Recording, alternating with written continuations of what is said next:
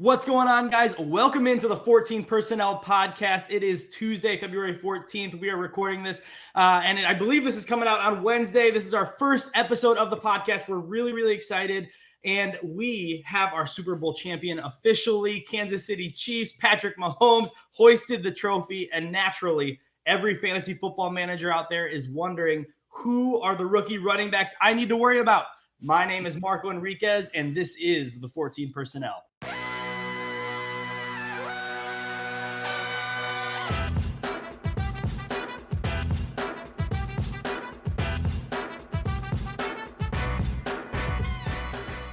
What's going on, guys? Today I am joined by a very special guest, the one, the only Eric Moody of ESPN. Make sure to drop Eric a follow on Twitter at Eric N. Moody and check out all of his NFL, NBA, and WNBA content for ESPN. Eric, what is going on, man? No, doing pretty good. Like you mentioned, hey, the Super Bowl is complete, so the Chiefs are the champions. I know Eagles fans are probably still reeling from the end to that game with the penalty. Was it holding? Was it not? But, we do have a new champion. But I'm really excited to talk about this upcoming rookie class with you, especially at the running back position. We've got a plethora of options, they'd say, in this class. I'm excited to talk about it. And thanks for the invite, by the way. Yeah, of course. We're excited to have you on. Something that I am passionate about here with 14 Personnel is sharing things that my guests are passionate about. So before we jump into any running backs, any rookies, anything like that, I want to talk about fantasy in action, where I give my guests an opportunity to share something, a cause or something that you are passionate about outside of the fantasy football world. So Eric, what is something that you are passionate about?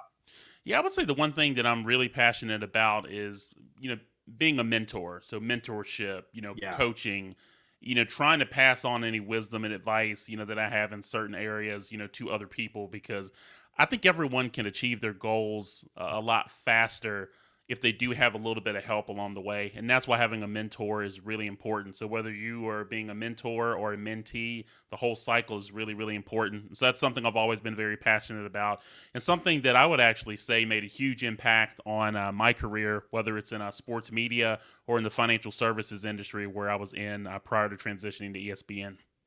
Yeah, that's awesome. Thank you so much for sharing, Eric. All right, well, let's jump into it. Let's talk about top landing spots for these rookie running backs, where we want to see them land for fantasy football purposes. Now, we're going to kick it off with the number one. Everyone knows who we're talking about, Bijan Robinson. Now, I don't know if it really matters. Eric, what are your thoughts for Bijan? Do you have a dream landing spot? Does it really matter for him? When you look at Robinson, like to your point, it really doesn't matter. I'm like, you've got someone in Robinson that I would say is projected to be a higher level prospect than the likes of, Saquon Barkley, Leonard Fournette, Ezekiel Elliott. And so the one thing about Robinson, I'm like, he's the type of guy that is going to thrive anywhere. I'm like, he started 28 out of 31 games at the University of Texas. He finished ranked 4th all time in Longhorn history. 3,410 rushing yards, 41 total touchdowns, and he had 805 receiving yards too, which is the 3rd most all time for a Texas running back, and 8 career receiving touchdowns as well. Now, if you're looking at Robinson from like a film perspective, I'm like, he excels as a runner in between the tackles, receiver out of the backfield, and a blocker. And he operated essentially as an every down back in his last 2 seasons at Texas. And he's very capable, I would say, of being an every down back at the NFL level. Now, if you're talking about landing spots, Marco, I think the Eagles will be a perfect landing spot for Robinson. Now, here's why. You got Philadelphia. They've got one of the top offensive lines in the league. If you look at some of ESPN's advanced metrics, look at the Eagles during the regular season. Like, they rank 2nd in run block win rate. And they could also use another running back. You got Miles Sanders set to become a free agent. So you've got that offense that's led by Jalen Hurts. You got A.J. Brown, Devontae Smith, Dallas Goedert. And Robinson with Philadelphia would be very, very intriguing.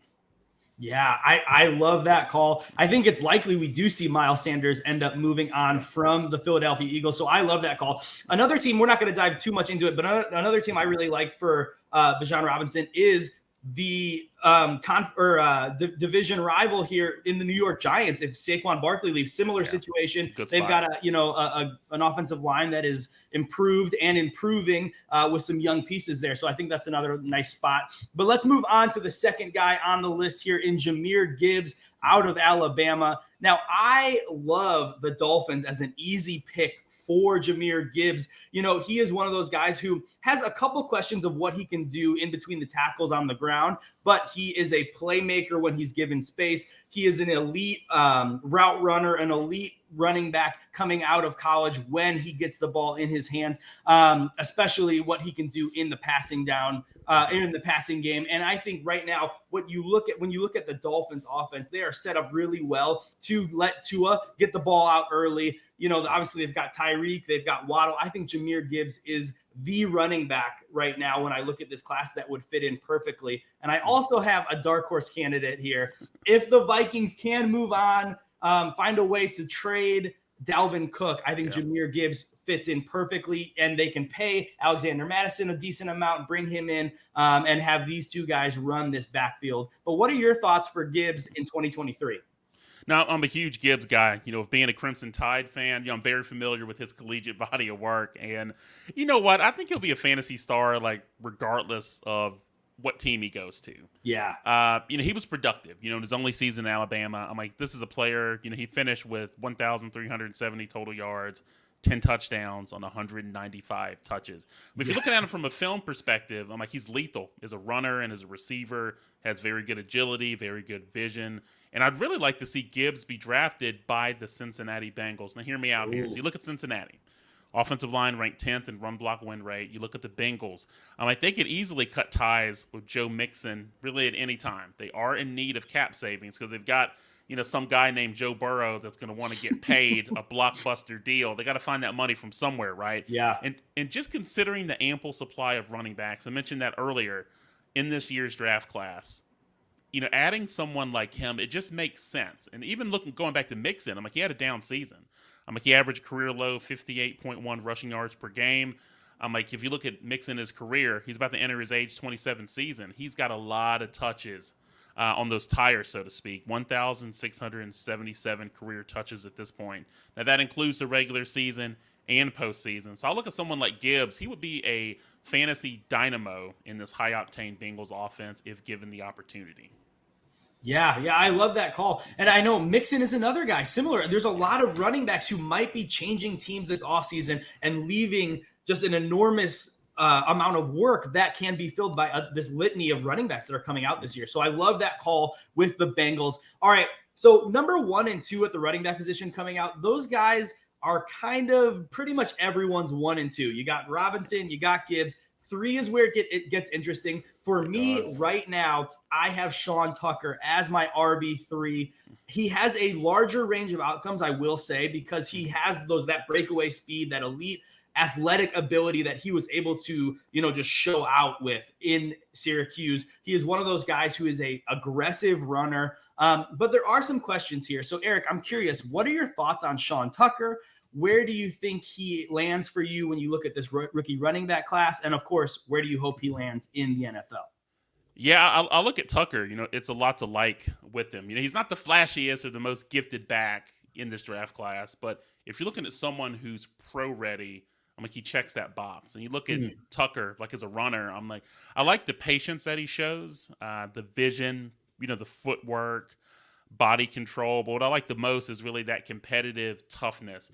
And when I think of competitive toughness, I think we saw that from Isaiah Pacheco in the Super Bowl with how hard he was running. That's the kind of nastiness that you're going to get with Tucker. And I would say some areas of opportunity, no one's perfect, but, pass protection, his hands, being able to catch the ball more and really navigating some of those congested areas with confidence. Some opportunities or snaps for where, things got a little hairy in there and, wasn't as confident hitting the hole. But, he did show that he can carry the load these past 2 seasons. I think he's a really good bet to be one of the first few backs selected. And he was great at Syracuse. First player in school history to have consecutive seasons with over 1,000 rushing yards and 250 receiving yards.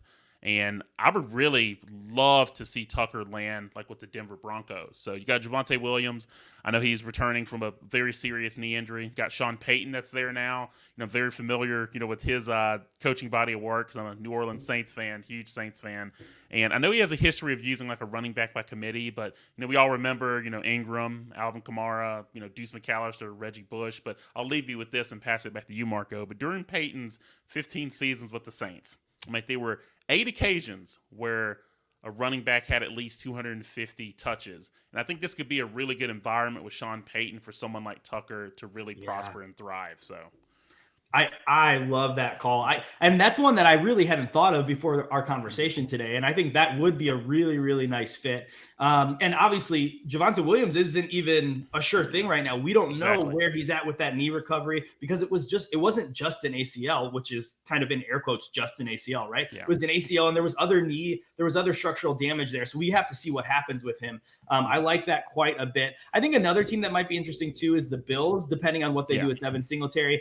That's another team that I think with a couple of the other names that we've got on today's list that might be interesting. But let's move on to the running back four, or my running back four right now, which is Zach Charbonnet. When I look at Charbonnet's tape, he reminds me of Josh Jacobs. Less explosive, but he has a similar violence to his running game, right? And he has that contact balance that just makes you just in awe of what kind of hits he can take while still staying on his feet. He's one of those guys that I think is going to check many of the boxes for NFL teams. He seems like a safe pick and a consistent, reliable type of running back that can immediately make an impact for an NFL roster. Now, similar to some of the other players we listed above, I think he lands on a team that has a running back leave this year in the Las Vegas Raiders. I think Josh Jacobs might end up not getting the contract he is hoping for in Las Vegas. I think he makes a move to go away, and Zach Charbonnet comes in and fills a very similar role for these Raiders. What are your thoughts on Charbonnet?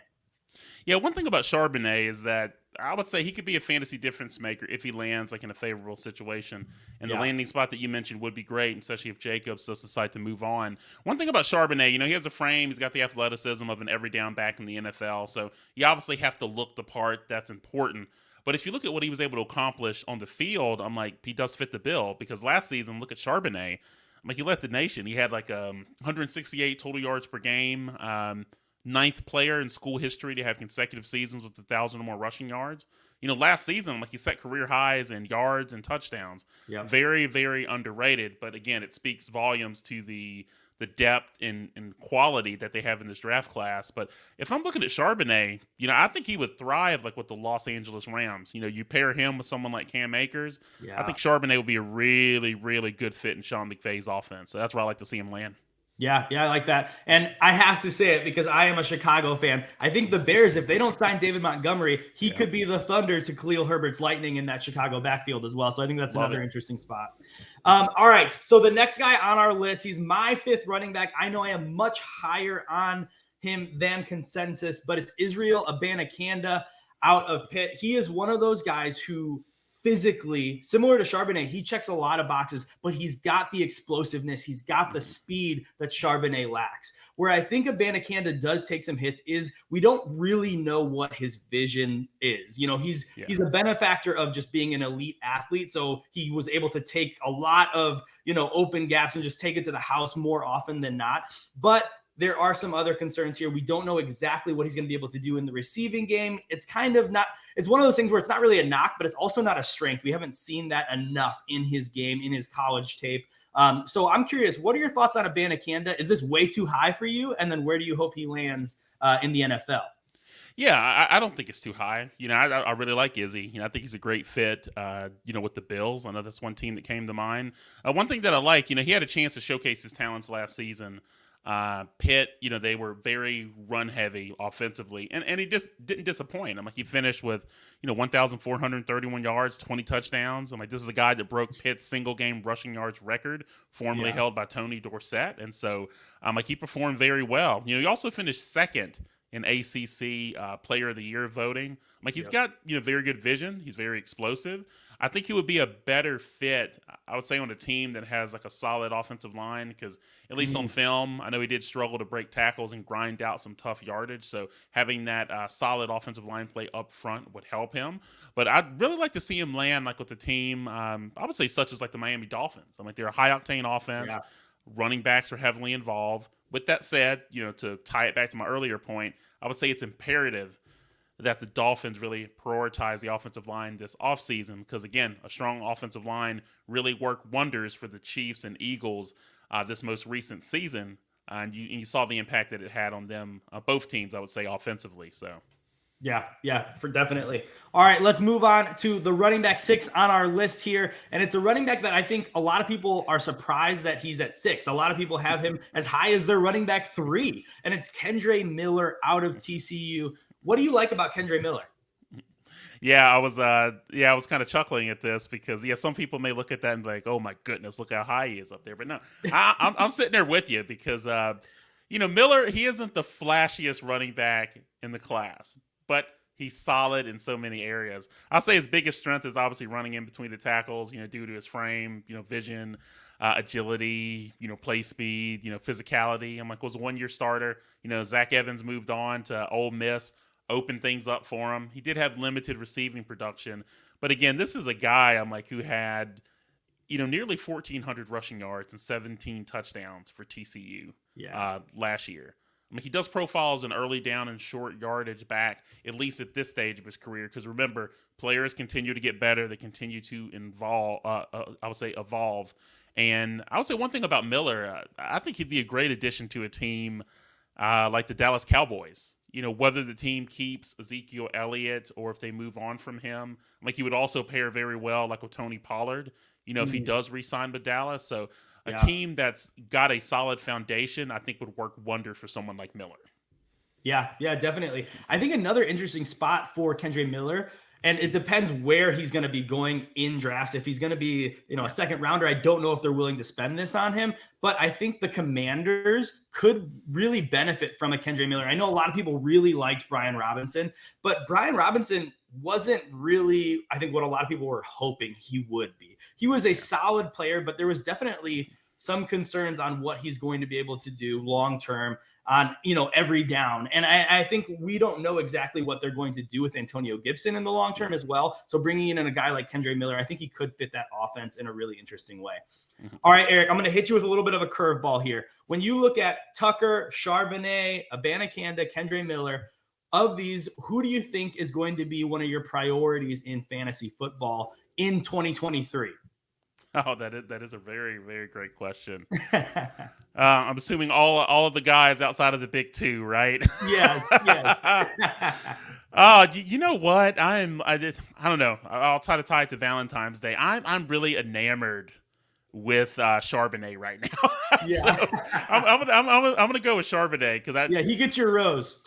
he gets my rose because I'm looking at Charbonnet and I just think if he lands in the right situation, I'm like he's someone that can really exceed expectations like of fantasy managers. Yeah. And considering where he's likely to be drafted based on mocks and those types of things, I think he could land in a really good spot where he can hit the ground running. No pun intended. So I'll go Charbonnet.